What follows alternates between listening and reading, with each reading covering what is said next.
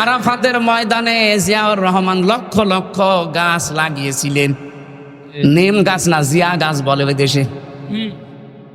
জিয়ার জীবনে যদি কিছুই কবুল না হয়, আমার তো মনে হয় আরাফাতে লক্ষ লক্ষ হাজিরা যে আশ্রয় নেয় এই গাছের নিচে।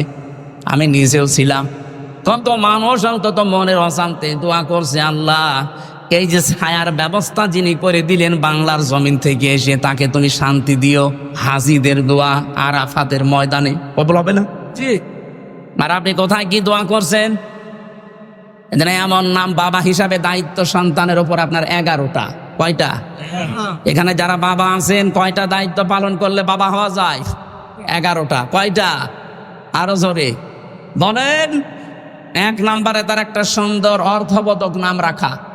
যদি কারো নাম উল্টা পাল্টা রেখেও থাকেন, আজকে যিনি অতিথি হিসাবে দেখে কথা বললেন মাহবুবুর রহমান, রহমানের সবচাইতে প্রিয় বান্দা মাহবুবুর রহমান। এ শব্দের বাংলা অর্থ মাহবুব মানে প্রিয়। মাহবুব মানে কি? মানিরুজ্জামান একজনের নাম দেখলাম। মনির মানে আলো, জামান মানে এই যে এখন যা জামানা চলছে, জামানার আলো। এরকম একটা অর্থবোধক নাম রাখেন। আপনার নাম বাবা হিসাবে তো ভালোই নাম ছিল, মুজিবুর রহমান। কিন্তু নামগুলো পরবর্তী প্রজন্ম এসে টিউলিপ, জয়, পুতুল, কি নাম রেখেছেন? মাফ করুন, আর নাম রেখেছে ডেঞ্জার। হ্যাঁ, আমি জেলখানায় অনেকগুলো মানুষের নাম এমন পেয়েছিলাম, ডেঞ্জার, রাসু।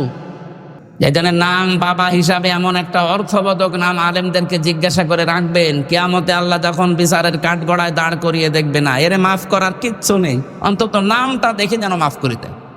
কিয়ামতে আল্লাহ মরিয়ম এ নামে যখন ডাক দেবেন, লক্ষ লক্ষ মরিয়ম হাজির হয়ে যাবে।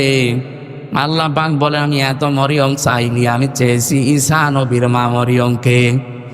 মরিয়ম নামের মেয়েরা বলবে, রব্বুল আলামিন তুমি তো ঈসা নবীর মা মরিয়ম ডাক দাওনি, বলেছো মরিয়ম। দুনিয়াতে তোমার হুকুম না মেনে একবার ভুল করেছি, আজকে তোমার এই হুকুমে সাড়া দিয়ে আমরা হাজির হয়ে গেছি। আল্লাহ বলেন, আমার রহমতের জরিয়ায় জশ পয়দা হয়ে গেছে। যা ঈসা নবীর মা মরিয়মের সাথে জানেন মিল আছে, আমি আল্লাহ তাদেরকেও আজকে মাফ করে দিলাম।